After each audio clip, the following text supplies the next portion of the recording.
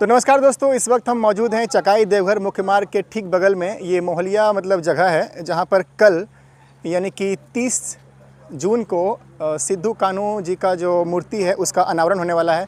और जैसा कि आपको पता है कि कल नेता प्रतिपक्ष तेजस्वी यादव भी आने वाले हैं और हमारे साथ कुछ लोग मौजूद हैं और इनसे हम बातचीत करेंगे। तो ये लोग क्या सोच रहे हैं, चलिए हम एक एक बात करते हैं। सबसे पहले क्या नाम है आपका?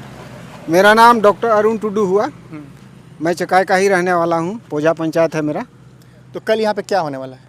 कल हमारे वीर शहीद सिद्धू कान्हू मुर्मू जी की प्रतिमा का अनावरण कार्यक्रम रखा गया है।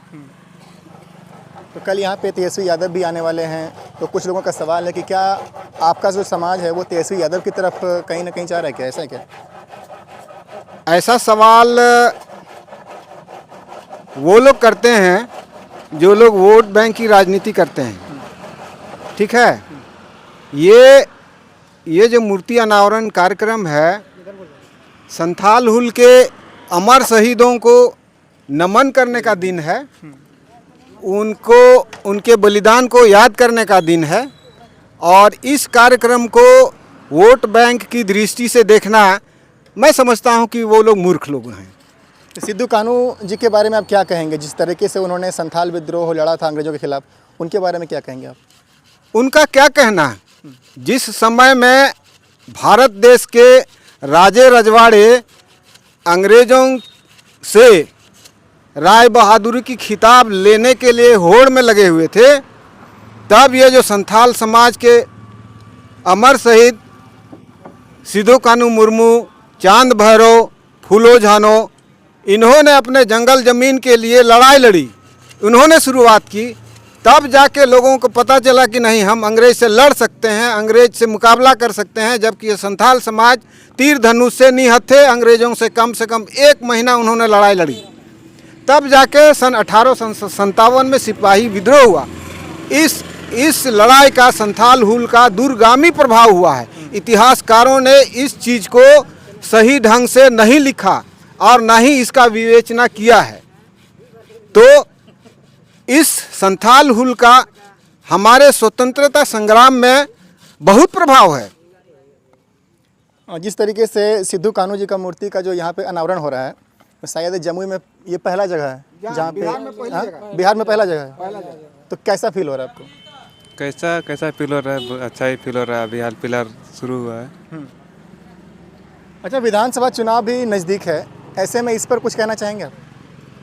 देखिए, आप फिर वही राजनीतिक सवाल पूछ रहे हैं, क्योंकि जो चुनाव होने वाला है और वोट तो प्रत्येक व्यक्ति का अपना विवेक अधिकार है। और इस कार्यक्रम के तहत जो है, हम जो है अपने वीर शहीद अमर शहीदों को श्रद्धांजलि अर्पित कर रहे हैं। इसका ये तात्पर्य नहीं है कि हम किसी के वोट बैंक हो गए, ये ऐसा नहीं है।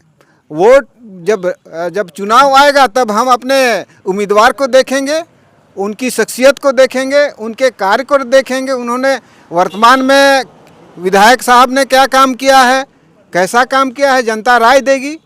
अच्छा काम किए हैं तो अच्छा ही होगा। तो जनता जनार्दन है ना, लोकतंत्र में तो यही बात है।